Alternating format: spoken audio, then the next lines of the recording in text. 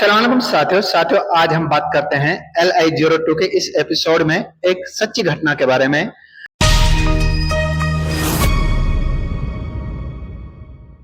और ये घटना है मेवात की माओ की, यानी ये एक माँ की कहानी नहीं है। मुझे लगता है कि ये हमारी समाज में जितने भी मेवात में माएँ हैं उनकी एक क्या कहते हैं एक आस है, एक विश्वास है अपने बच्चे के प्रति, एक आस लेकर बैठे हुए हैं माँ बाप।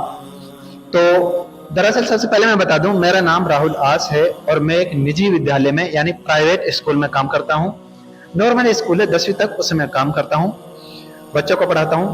तो हुआ कुछ यूं था कि आज से लगभग 25 या 1 महीने पहले, यानी अपन बात कर रहे हैं जुलाई के महीने में सबको पता है कि गर्मी बहुत ज्यादा होती है और गर्मी उस दिन बहुत ज्यादा थी, धूप बहुत ज्यादा थी, टेम्परेचर हाई था। एक माँ आती है, लंच का टाइम था यानी 11:15 के आसपास का टाइम था। एक माँ आती है अपने बच्चों को छुट्टी दिलाने के लिए। उस टाइम लंच लग चुका था, मतलब लंच बंद हो चुका था, बच्चे क्लासों में जा चुके थे और पढ़ाई स्टार्ट हो चुकी थी। अब वो मेवात की वो माँ, मतलब जिसे अपन नॉर्मल भाषा में, देसी भाषा में मेयोनी कहते हैं, वो मेवात के बच्चों की वो माँ, वो बेचारी गेट पर, मेन गेट है जो स्कूल का, उसके बाहर बैठ जाती है। बैठ जाने के बाद ऊपर से धूप और ऊपर से गर्मी बहुत ज्यादा थी, उसको खूब पसीना आते हैं, खूब गर्मी होती है। वो बाहर बैठी रहती गेट पर, वो आस लगा रही थी क्योंकि उस टाइम मेरा जो पीरियड था उसी क्लास में चल रहा था और क्लास चल रही थी और उस क्लास में उसका बच्चा बैठकर पढ़ रहा था। अब कहीं ना कहीं मुझे लगता है कि वो वेट कर रही थी, इंतजार कर रही थी इस बात का कि कब तक गुरुजी पढ़ाएं। जब तक गुरुजी पढ़ाएंगे कहीं ना कहीं मैं अपने बच्चे को छुट्टी नहीं दिलाऊंगी और मेरे बच्चे को मैं पढ़ने दूंगी, यानी कि उसको अभी नहीं छुट्टी दिलाऊंगी। तो मैं पढ़ा रहा था तो मेरे अचानक से उस पर नजर गई। तो नजर जाने के बाद मैंने एक बच्चा भेजा उसके पास कि ये कौन औरत है, इसके पास जा और पूछ क्या काम है। तो लड़का गया, लड़का से उसने बताया कि मेरा बच्चा है, इस क्लास में पढ़ रहा है और उसकी पढ़ाई चल रही है। शायद मुझे लगता है कि अभी मुझे उसे नहीं ले जाना चाहिए, मैं थोड़ी देर वेट कर लूंगी, इसके बाद मैं उसको छुट्टी दिलाकर ले जाऊंगी। तो ये बात यहीं तक कंप्लीट हो गई। वो बच्चा आया, उस बच्चे ने जो बात थी ये मुझे बताई। तो फिर मैं गया, मैंने उससे कहा, मैंने अनुरोध भी किया, रिक्वेस्ट की। भाई मैंने कही कि भाई आप आंटी ऐसे करो, आप भीतर बैठ जाओ, ऑफिस में बैठ जाओ या स्कूल के कोई कमरे में बैठ जाओ। ये जो पेड़ है यानी कट्ठे का पेड़ है, सहसूद का पेड़ है, इसके नीचे कुर्सी पर बैठ जाओ, आप यहाँ पर सही नहीं लग रहे और ऊपर से गर्मी हो रही और धूप बहुत ज्यादा है। तो बेचारी, कहीं ना कहीं दुर्भाग्य है कि वो बेचारी अनपढ़ थी।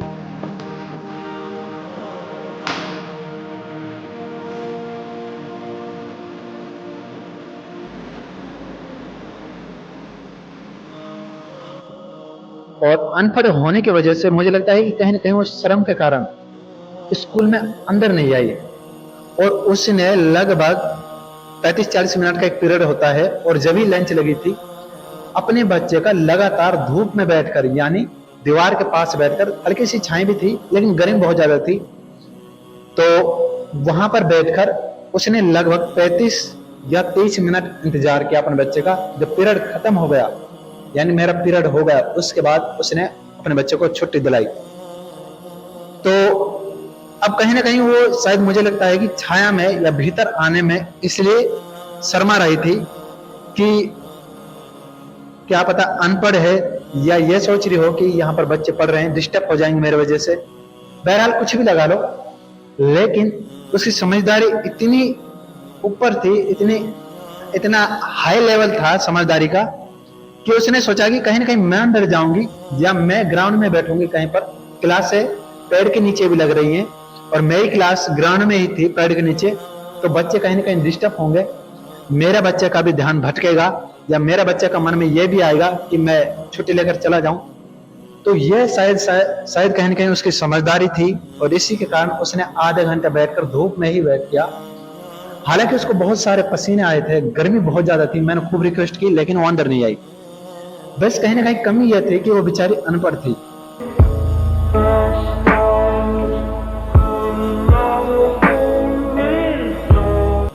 अगर शायद कहीं ना कहीं पढ़ी लिखी होती तो मुझे लगता है कि वो अंदर भी आती और अंदर आने के बाद कुर्सी पर यानी चेयर के पर बैठ भी जाती और या ऑफिस में वेट करती बैठकर। तो मेरी रिक्वेस्ट है सभी भाइयों से, सभी मेवात के बच्चों से, सभी समाज में जो भी भाई हैं जो पढ़ रहे हैं यानी 11th 12th 10th 9th 8th class, जो भी जिस क्लास में है, अपने माँ बाप, मैं इसी माँ की कहानी नहीं बता रहा, मैं मेवात की हर माँ की कहानी बता रहा हूँ, चाहे कोई भी समाज से हो, हिंदू मुस्लिम कोई भी हो, सारे माँ बाप हमारे वेट करते हैं घर पर बेसब्री से कि मेरा बच्चा पढ़ने गया है, स्कूल गया है। हम स्कूल 6 घंटा जाते हैं, तो कहीं ना कहीं मुझे लगता है कि हमारे प्राइवेट जो स्कूल होते हैं, जो निजी विद्यालय हैं, उनमें फीस भी जाती है, तो कहीं ना कहीं हमें लगता है कि 6 घंटा आपको पढ़ना चाहिए।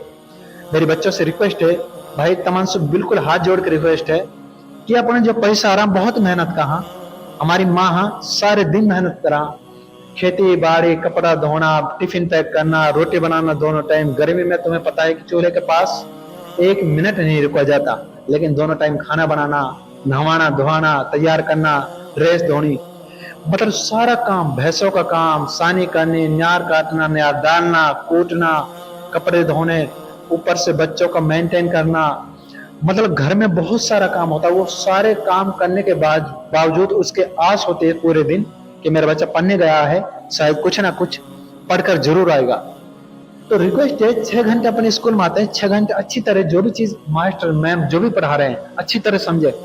तुम्हारा अधिकार है, तुम्हारे पैसे आ रहे हैं हमारे पास, तुम्हें बाकायदा पूछने का अधिकार है, बार बार पूछो, परेशान करो टीचरों को, पूछो बार बार सवालों को, मैथ के सवाल, साइंस, इंग्लिश, हिंदी, जो भी सब्जेक्ट हैं अच्छी तरह पढ़ो, क्योंकि अपने माँ बाप इतने वेट कर रहे हैं,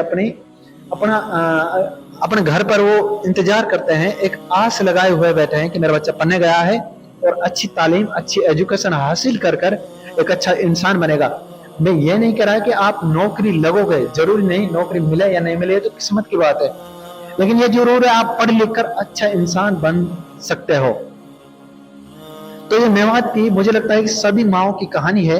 मैंने एक माँ को देखा है, लेकिन हजारों सैकड़ों माएं ऐसा इंतजार कर रही हैं घर पर अपने बच्चों का, जो बच्चे पढ़ने जाते हैं।